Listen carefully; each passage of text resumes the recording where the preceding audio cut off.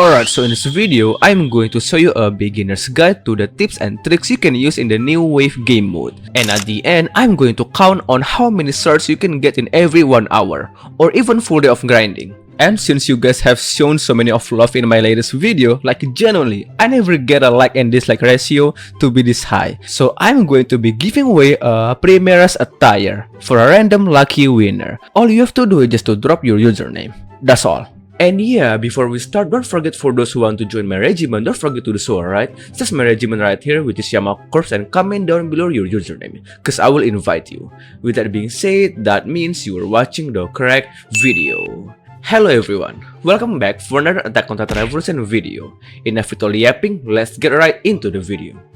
Alright, and for those who are still new, let me explain the basic of this game mode, alright? So first, this game mode won't bring any of your build in the real game, such as perks, skill tree, gear level, and also serum. Everything you got will be reset. Well, not really that kind of reset. You won't lose your progress after you leave this game mode, but inside the wave game mode, you will start over as a new player. You are going to be starting from scratch, but thankfully, things like luck potions, gold potion, and XP potion does actually be a carryover inside the game mode, along with family traits and family buff as well. For example, like Fritz family, you will still get the plus 10% gold boost, also a plus 10% XP boost, plus 10% damage, 50% crit damage, and a plus 15 crit chance.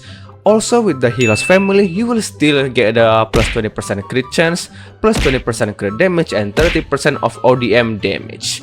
And also Siki family, you will get the plus 7.5% of luck boost, 15% of gold boost, 15% crit chance, 15% crit damage, and last 20% of damage. And as you can see, Siki turns out to be the best family you can use in this game mode, since it have a luck boost, gold boost, and also a very high amount of damage boost that will be very useful for your wave grinding. And as I mentioned earlier, not only family, but you will also bring the buff of potion boost as well. For the gold potion, it will boost the amount of gold you can earn every time you do a titan kill. And for the XP boost, it will boost the amount of XP perk you equip. Knowing on how to get the perk level is by equipping them, right? And it will be faster. Meanwhile, for the luck, it will boost your chance of getting these items. First, blessing. Second, chest reward. And third, create rarity with your profile icon on it.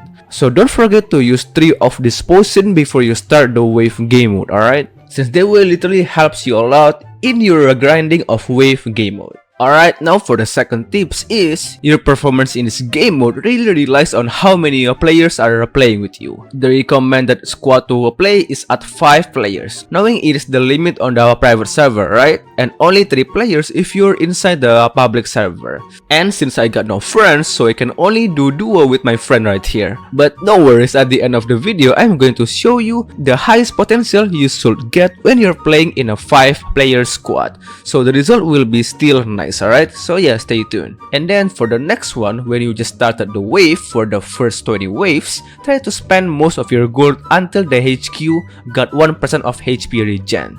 That number is enough since all of the titans in the first of 20 waves, their damage is still not that high. It is not high enough to catch up with the 1% of HP regen. But then the story changed above 20 waves, since the HP regen will be useless, knowing the titan damage will be so much higher that the HP regen couldn't catch up. After that, you can try to upgrade the max HP and obviously your damage to protect the HQ with your life, bruh, since it is everything. And then for the next beginner's tips, don't click the vote skip button, since it will be hard for you to defend the HQ later on. At the beginning of the waves, such as under 20 waves, sure, you can use it, but the further you go, the harder the titan will be. Try to leave one titan alone at the end of every wave, so you and your friends got time to take that crate and also doing upgrades. one Titan will never do enough damage to the HQ, even if you leave it to AFK. And trust me, you need those time, since the crate that spawn across the map will despawn when a new wave just started. So in every beginning of each wave, you want to focus on taking the crate first. Or at least, just like what I told you, leave one Titan alone so you and your friends have a chance to get the crate. Because sometimes the crate can be way too far that you won't be able to make it in 15 seconds. Trust me, I tried it, alright? And for the next tips is, use your Titan shifting wisely. Since if I'm not wrong, there's a limit per person to use Titan shifting. And per person can shift up to 6 times. Please correct me down below if I'm wrong, right? If it's actually only 6, no matter on what you do, even if you already changed the serum, you still won't be able to transform into a Titan again. And there is a huge problem, especially with the Titan crouch, Titan boss in every 10 waves, and much more. So what you can do to your Titan shifting is only use it when your HQ are crowded with too many Titans that you and your friends cannot handle it with normal gear. Unless if you can find a good blessing or memories or even a passive for shifting that grants you extra shifting, of course, but if you don't, try to save it for later. Thunder Spear can waste so much of your refills since one spear usually kill 3 Titans, right? Which is the reason why I don't recommend you to use Helos in this game mode, since Helos is the most unrewarding to use in the wave game mode.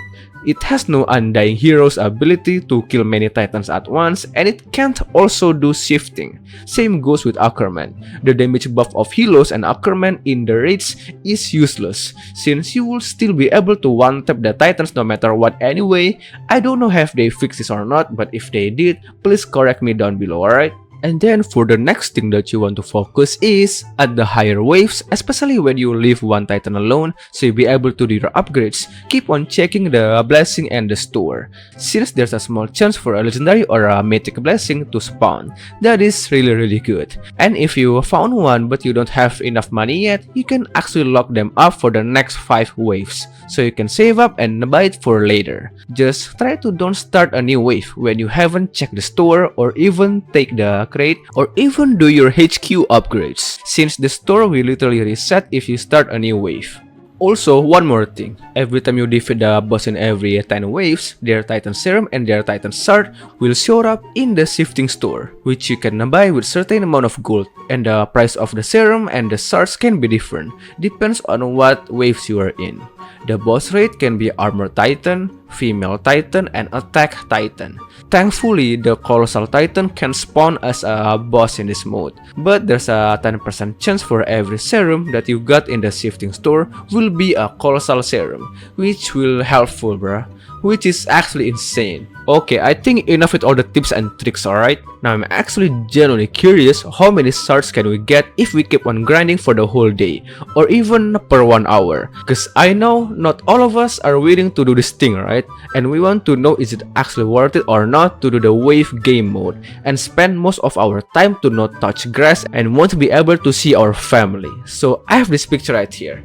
Shout out to Maru112911 on TikTok, since they're posting this and we able to do calculation on this. So he able to get 9,287 of shards after farming for 4 hours and 13 minutes straight, which is insane, bruh. And as you can see, the retry button is saying that he is doing it with 5 other players, which means this should be one of the highest earning you can do in the wave game mode, right?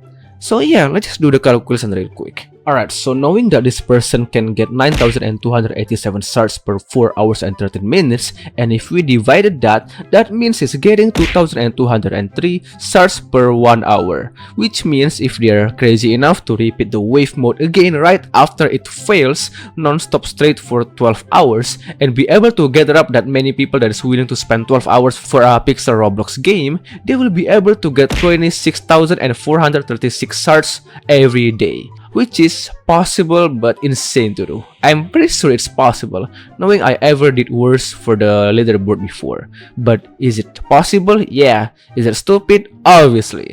So yeah, maybe try to pick what you can do within that 1 hour and get that featheredbicorn and leave, since that is the only important thing you need to get in the wave game mode.